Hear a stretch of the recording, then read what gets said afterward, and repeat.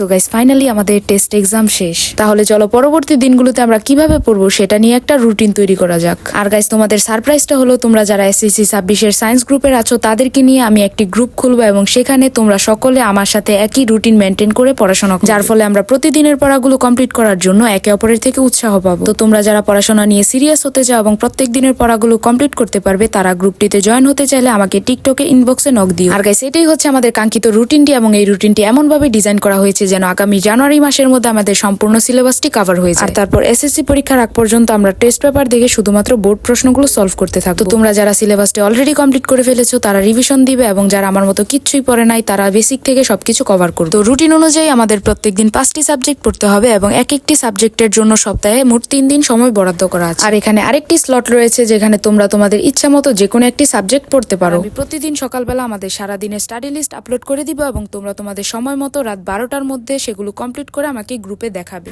So guys আজকের ভিডিওটা এই পর্যন্তই, দেখা হচ্ছে পরবর্তী স্টাডি ব্লগে।